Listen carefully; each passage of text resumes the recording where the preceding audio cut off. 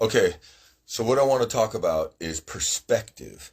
And if you can kind of figure out a perspective to perceive things from, then you can sort of start developing your sense of what's going on. So here's a perspective. What I want to get into is different perspectives, because not everybody sees things from the same angle, but you got to teach people how to perceive what's going on through the way they've been taught to perceive things. So here's one perspective that maybe people can grab onto, and what's going on politically and socially and everything like that.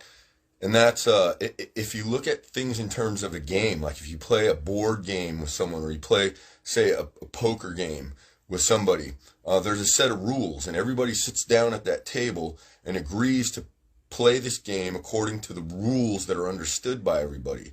Now, if at some point during that game you discover that somebody's been cheating, then guess what? Game over. It's over with. Everyone throw back in your chips. This person's out. We're starting over again here.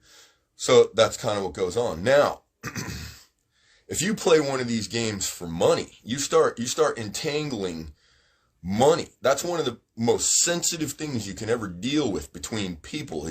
Money destroys things between people historically, so, and presently.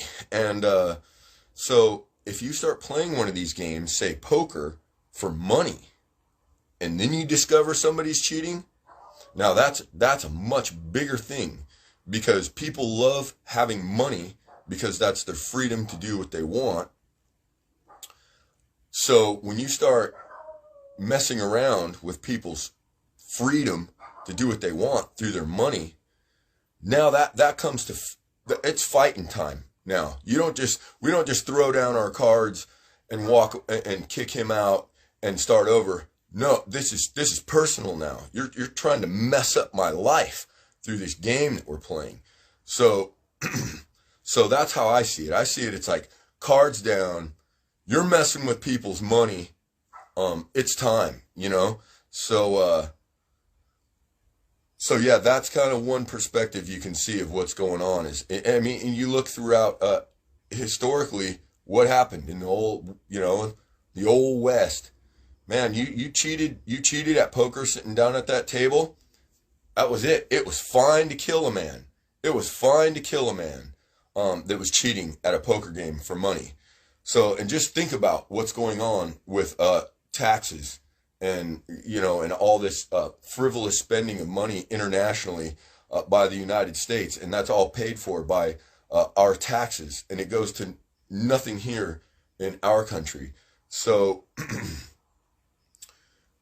that's one perspective you can look at it. We were playing this game, rules that were understood for money. Anyone cheats, it's over with for you. And over at the discretion of the people that have been cheated. They can either choose to kill the guy at the poker table, or you can choose to just let him walk away and never step foot in the town again.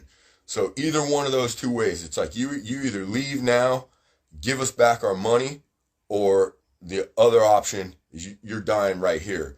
So I think right now that's a little bit where it's at. It's like everyone put their cards down. This guy's been cheating. We're going to figure this out, and it's going to end one way or the other, depending on the decision of the person that's been cheating, how they want to handle it now. So that's where I'm going to stop here, because I only like to go a couple minutes with this stuff. I don't like to make it long. So yeah, that's a perspective some people might be able to relate to, is being cheated at a game. So it's time to stop. This guy gone one way or another. Reshuffle this deck. And then let's just get things going back. Okay, the set of rules. Here's the set of rules. Constitution right here. Let's set this up and start all over. So there we are. All right. Have a good day. God bless. Bye-bye.